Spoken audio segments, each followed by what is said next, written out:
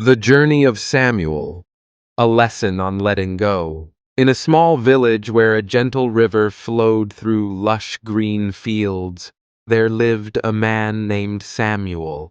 He was not wealthy, but he had a loving wife and two young children. Yet, despite his seemingly happy life, Samuel was constantly plagued by worries. Every day, as the sun rose, he worked tirelessly in the fields and the market to provide for his family. But no matter how hard he labored, fear never left him. Would he always be able to take care of them? What if something happened to him? How would they survive? These thoughts tormented him, stealing his sleep and peace of mind.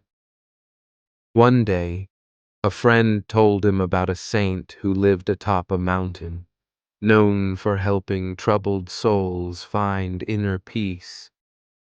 You should go see him. Perhaps he can help you.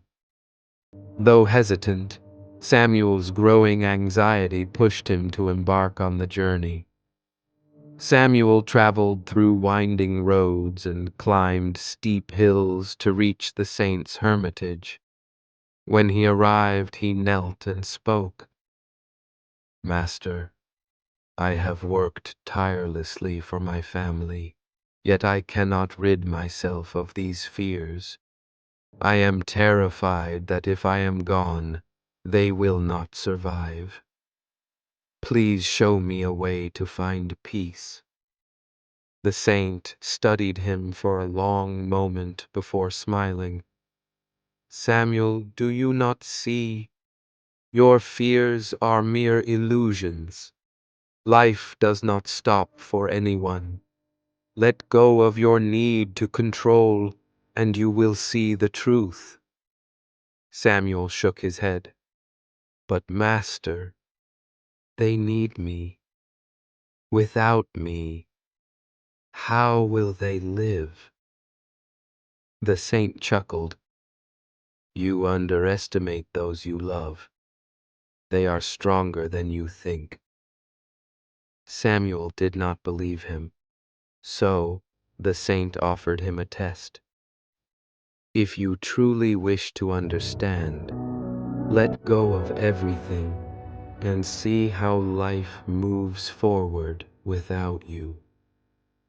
The saint taught Samuel a sacred technique that allowed him to hold his breath for extended periods, making him appear lifeless. Use this wisely, the saint advised. The next morning, Samuel took his family to the river as usual. While they played in the water, he silently submerged himself and held his breath.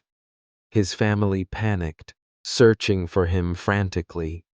Hours passed, and when they could not find him, they believed he had drowned. From a distance, Samuel watched as his wife and children wept. A pang of sorrow gripped his heart, but he reminded himself that this was necessary to find the truth. He left and returned to the saint, dedicating himself to spiritual life. Yet, no matter how deeply he meditated, his heart remained restless.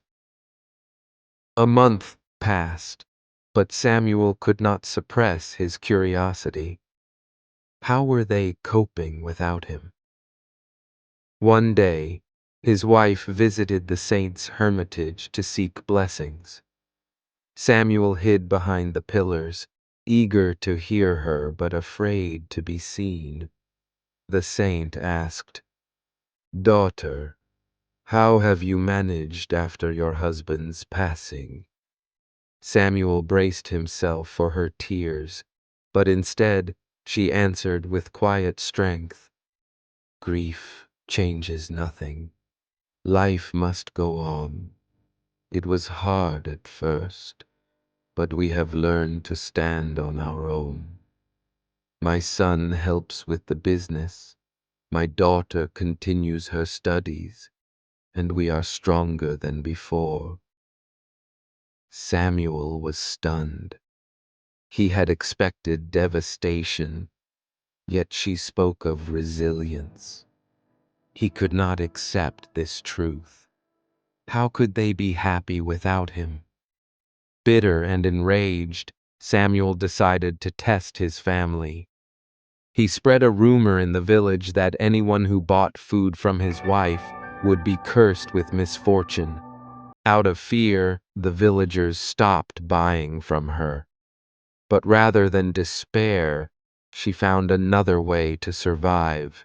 She began weaving fabrics and teaching local children to earn a living. Samuel watched in disbelief. Without him, his wife and children were not only surviving, they were thriving. Crushed by the truth, he decided to return home. Late at night, he knocked on the door. "Who is it?" his wife called from inside. "It's me, Samuel. Open the door."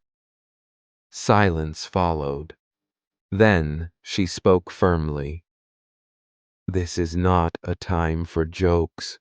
My husband has been dead for 2 months. Whoever you are, leave." Samuel pleaded. "No, it's me.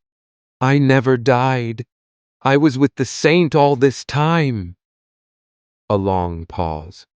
Then, in an unwavering voice, she said, "Then you are no longer the man I knew.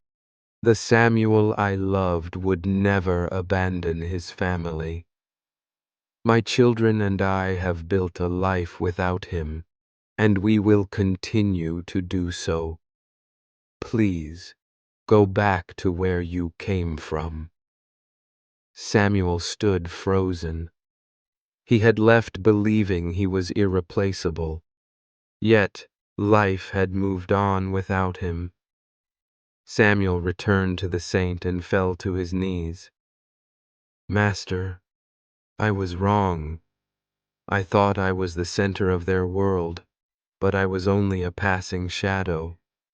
They did not need me to survive. No one is indispensable."